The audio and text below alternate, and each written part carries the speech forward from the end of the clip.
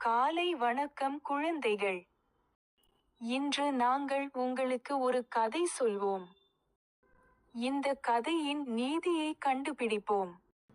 இந்த கதையின் பெயர் மன்னர் ஆரியனும் காட்டு சாகசங்களும்.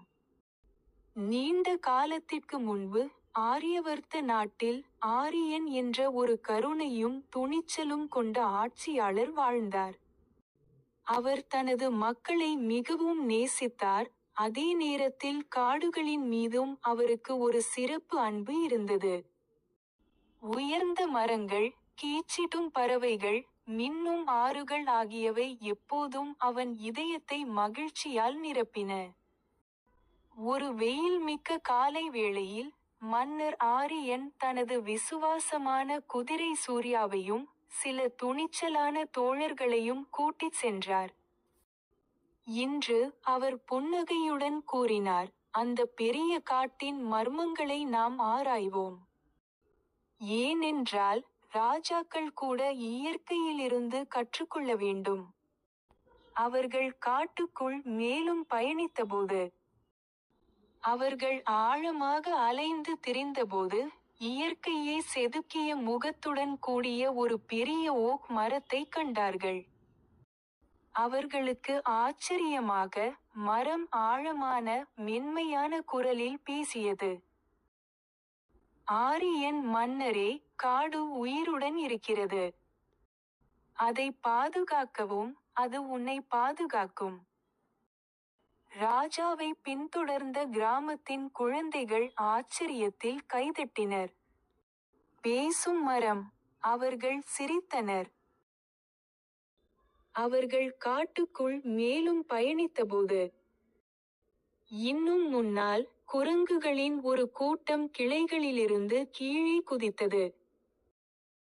அவர்கள் சத்தமாக பேசி ராஜாவின் தோழர்களில் ஒருவரிடமிருந்து ஒரு கூடை நிறைய பழங்களை பறித்தனர். கோபப்படுவதற்கு பதிலாக மன்னர் ஆரியன் சிரித்தார்.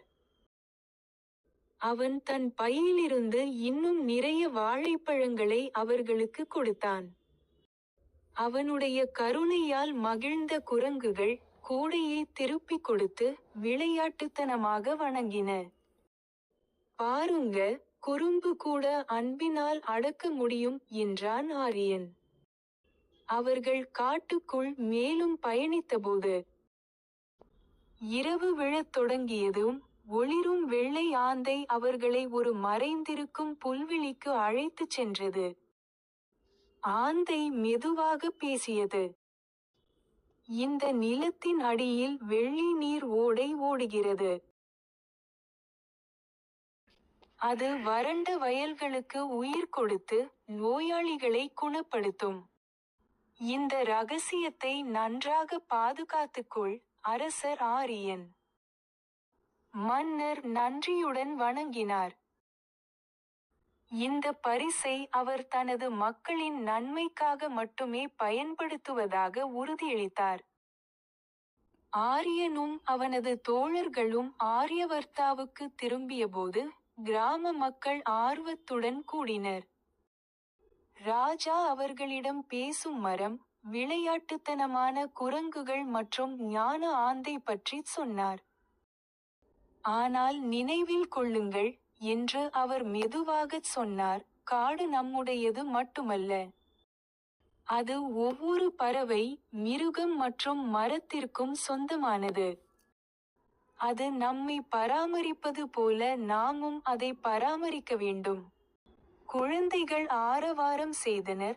அன்றிலிருந்து ஆரியவர்த்த மக்கள் தங்கள் காடுகளை அன்புடனும் மரியாதையுடனும் பாதுகாத்தனர்.